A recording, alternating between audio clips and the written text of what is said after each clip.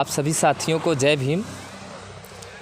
साथियों, आज आप लोगों ने राज्यों के विधानसभा चुनाव के नतीजे भी देखे होंगे, जिसमें पुरानी पेंशन और निजीकरण के खिलाफ जो आंदोलन चल रहे थे वो बहुत महत्वपूर्ण भूमिका में थे। अभी आप लोगों ने हाल ही में देखा होगा, रामलीला मैदान दिल्ली में कर्मचारियों का जनसैलाब उमड़ा था। पूरे देश के कर्मचारी एकजुट होकर दिल्ली में पुरानी पेंशन की मांग कर रहे थे। तो लोग ये उम्मीद लगा रहे थे कि आने वाले समय में जो 5 विधानसभा चुनाव के हो रहे हैं, ये पुरानी पेंशन के लिए सेमीफाइनल का रूप होगा।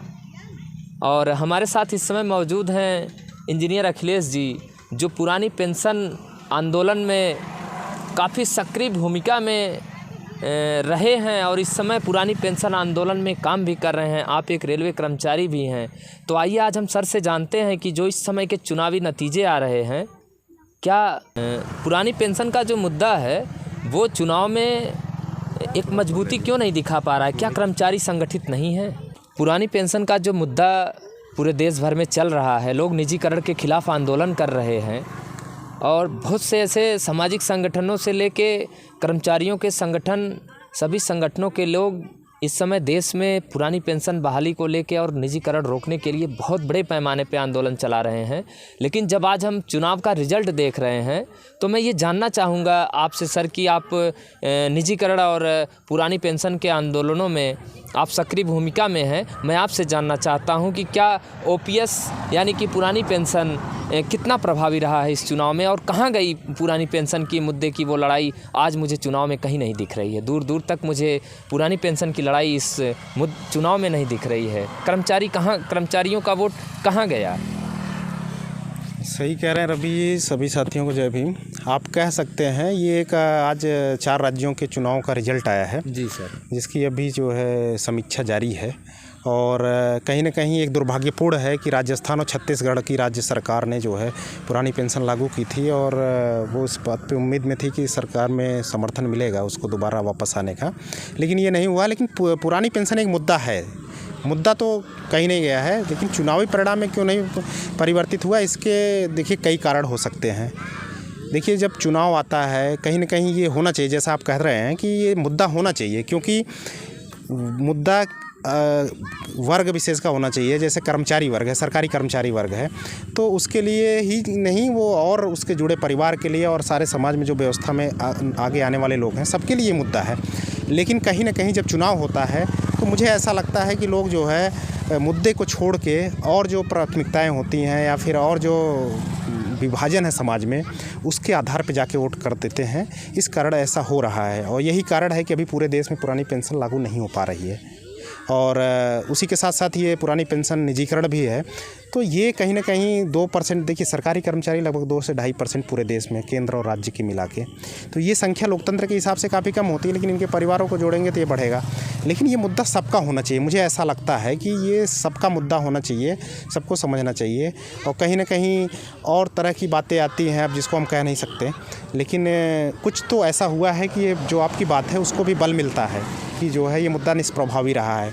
अभी हम लोग इसके लिए आंदोलन कर रहे हैं और ये हम लोगों का आंदोलन जारी रहेगा और जागरूकता का भी आंदोलन जारी रहेगा। आपके चैनल के माध्यम से भी हम ये चाहेंगे कि ये बात लोगों तक पहुँचे कि मुद्दा तो निष्प्रभावी करने का जो आज की वर्तमान केंद्र सरकार है वो तो चाहती ही है, लेकिन ये मुद्दा डिस्क्लोजर से बाहर नहीं जाएगा, क्योंकि ये सामाजिक सुरक्षा का मुद्दा है। ये 60 साल तक सरकारी कर्मचारी सेवा देता है और उसको और कोई सुविधा नहीं होती है, तो रिटायरमेंट के बाद सरकार की जिम्मेदारी होती है। और कहीं ना कहीं जो एनपीएस व्यवस्था है वो पूंजीपति परस्त है, उसका पैसा शेयर मार्केट में लगता है, पूंजीपतियों के कंट्रोल में जाता है और फिर क्या मिलता है वो सब भी जान चुके हैं कि कहीं ना कहीं उसमें नुकसान ही होता है। तो अब ये देखिए 2 ही चीज़ की लड़ाई है, पूंजीवाद और समाजवाद के बीच की। अब उसी को कर्मचारियों के हिसाब से जोड़ लीजिए, गरीब जनता के हिसाब से जोड़ लीजिए, तो ये मुद्दा जो आप कह रहे हैं कि इसमें निष्प्रभावी हुआ, ये एक दुर्भाग्यपूर्ण बात है। लेकिन कहीं ना कहीं ये और दुखद है कि कर्मचारी एकजुट नहीं हो पाया। जैसा आपने दिल्ली की रैली का जिक्र किया, वो एक बहुत बड़ा आंदोलन था हाल फिलहाल के वर्षों में, कि लोगों ने, कर्मचारी भी तो एक जनता है, वो अपनी मांग के साथ दिल्ली के रामलीला मैदान में अपनी आवाज़ को मुखर किया, लेकिन इन राज्यों में वो प्रेरित होता नहीं दिखा। इसके कई कारण हो सकते हैं और हमारे संगठन के लोग और तमाम लीडर्स इस पे बैठ के समीक्षा करेंगे, हम लोग भी समझेंगे कि इसके क्या कारण हो सकते हैं। लेकिन मैं यही कहूँगा कि लोगों को अपने मुद्दों पे वोट करना चाहिए और मुद्दे बनने चाहिए चुनाव में।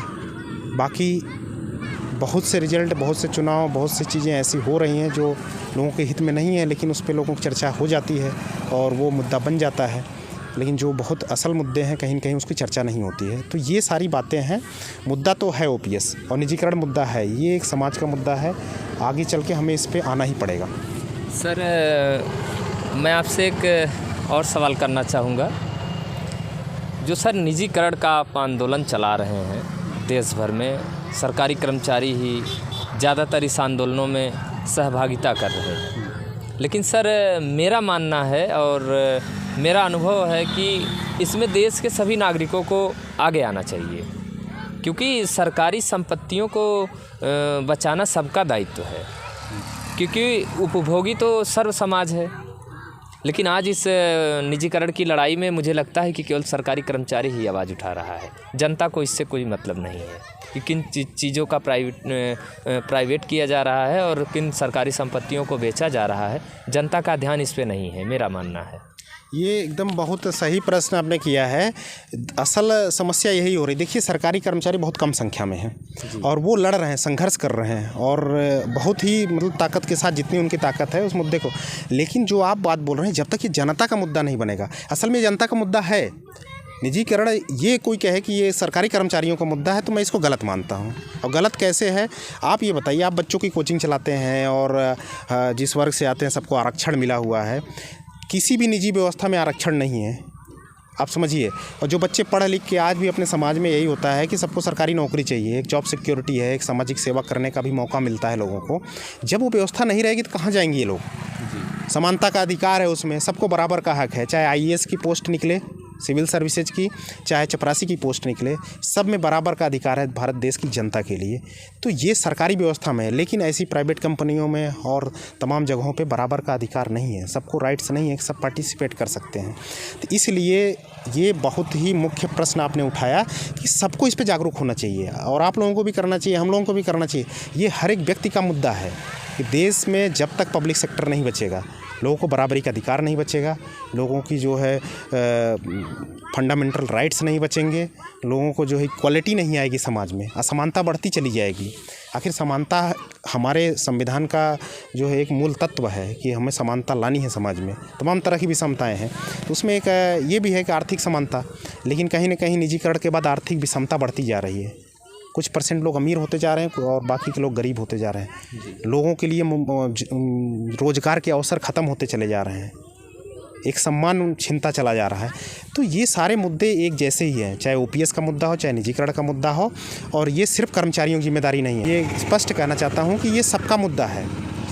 शायद अभी लोग जागरूक नहीं है, लेकिन सबको जागरूक होना चाहिए, समझना चाहिए कि ये चीज़ कैसे सबका मुद्दा है।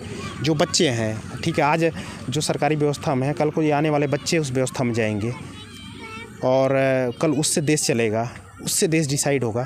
तो ये सारी बातें हैं, ये सबका मुद्दा है, आरक्षण का मुद्दा है और ये सारी व्यवस्था को चलाने का मुद्दा है और देश की संपत्तियों को कुछ चंद पूंजीपतियों से बचाने का मुद्दा है। तो ये सारी एक चीज़ें हैं, जब तक लोग समझेंगे नहीं, सब नहीं समझेंगे, तब तक ये मुद्दा नहीं बन पाएगा। ये भी हकीकत है। इसलिए हर एक आम जनमानस को ये चाहिए कि निजीकरण का विरोध करे, निजीकरण का विरोध करे, सरकारीकरण को प्रमोट करे, क्योंकि तभी सबको हक अधिकार मिल सकता है। जैसे आप अपने चैनल पे हमेशा हक अधिकार की बात करते रहते हैं, उसमें सबसे प्रमुख है कि निजीकरण का रुकना चाहिए। जब सरकारी व्यवस्था होगी तब उसमें जो गड़बड़ियाँ हैं उसको दुरुस्त करके आप लोगों को हक अधिकार दे सकते हैं। लेकिन निजी व्यवस्था में तो कुछ है ही नहीं, सिर्फ और सिर्फ मुनाफा कमाना एक उद्देश्य है। कोई वेलफेयर की बात नहीं है, कोई हक अधिकार की बात नहीं है, उसमें कोई समानता की बात नहीं है। तो ये व्यवस्था इस देश में कहीं ना कहीं हमारे मूल उद्देश्यों, संविधान के मूल उद्देश्यों, महापुरुषों के ख्वाबों के विपरीत है। इसीलिए ये हमें समझना पड़ेगा कि जो है हम किस तरह से जो है फंसते जा रहे हैं इस व्यवस्था में। सरकारी कर्मचारी संघर्ष कर रहा है, लेकिन आम जनता को भी इसके खिलाफ जागरूक होना चाहिए और जागरूकता के साथ उसको भी संघर्ष करना चाहिए। चुनाव में ये मुद्दा बनना चाहिए। अभी जो चुनाव के रिजल्ट आए हैं इसकी समीक्षा होगी, कैसे क्या हुआ। कहीं ना कहीं ये चीज़ें जैसे जैसे पूंजीवाद की तरफ बढ़ेंगी, भ्रष्टाचार बढ़ेगा, लोकतंत्र भी इससे खतरे में आने लगेगा जी क्योंकि आज देखिए चुनाव जो हो रहे हैं उसमें पूंजी का प्रभाव बहुत ज़्यादा है। जी आपके देश के जो मीडिया चैनल्स हैं वो कैसे मुद्दों को दबाते और उठाते, लेकिन आप बताइए देश के बड़े बड़े चैनल हैं जो पूंजीवादी चैनल हैं, उनके मालिकाना हक किसके पास है ये भी आपको पता है। वो कभी इसकी बात करते हैं? उनको जहाँ से प्रॉफिट होता है उसकी ही बात करते हैं। 2013 के सिविल सर्विसेज के मेंस में एक क्वेश्चन था यूपीएससी के कि गवर्नमेंट प्लान कर रही 100% FDI इलेक्ट्रॉनिक मीडिया में, इसके क्या प्रो एंड कॉन्स होंगे। आज मुझे लगता है उसके ही सारे दुष्परिणाम आ रहे हैं सामने मीडिया के प्राइवेटाइजेशन होने के। आपने बचपन में सुना होगा 2 चैनल थे, DD1 DD2, दूरदर्शन न्यूज़, और एक पे सारे मनोरंजन के आते थे। उस पर कितनी व्यवस्थित चीज़ें थी, लेकिन आज उसका कोई नाम नहीं लेता। आज बड़े बड़े चैनल बन गए हैं, उसके कारण जनता का विचार बनाया जा रहा है। तो अब आप जैसे लोगों को बहुत ज़्यादा ज़रूरत आ गई है कि ऐसे जो फ्रीलांसर लोग हैं जनता के मुद्दों को उठाएं और जागरूकता को फैलाएं। यही एक रास्ता बचा है, नहीं तो जो पूंजीवादी लोग हैं वो अपने विचार को स्थापित कर रहे हैं। हमारे साथ क्या धोखा होने वाला है वो भी हम नहीं जान पाएंगे जी। तो मैं यही कहूँगा कि OPS का मुद्दा हारा नहीं है 5 राज्यों में। ठीक है, चुनाव परिणाम कुछ आए हैं, उसकी समीक्षा होगी। सबको समझना चाहिए कि चुनाव परिणाम कैसे प्रभावित होते हैं, क्या क्या चीज़ें होती हैं, वो भी एक विषय है।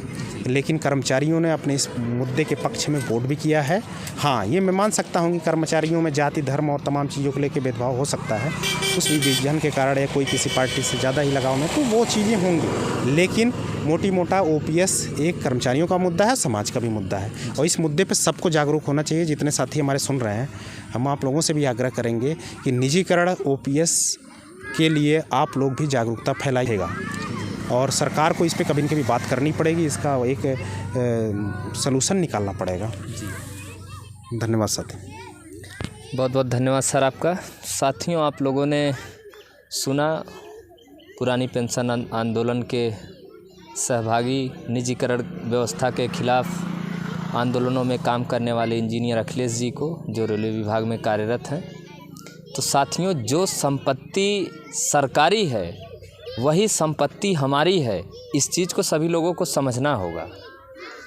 समझना इसलिए होगा क्योंकि जो चीज़ें सरकारी, जैसे सरकारी नौकरी का कितना महत्व होता है, लोग कितना उसको महत्व देते हैं, वो जानते हैं उसमें कितनी सुविधाएं मिलेंगी।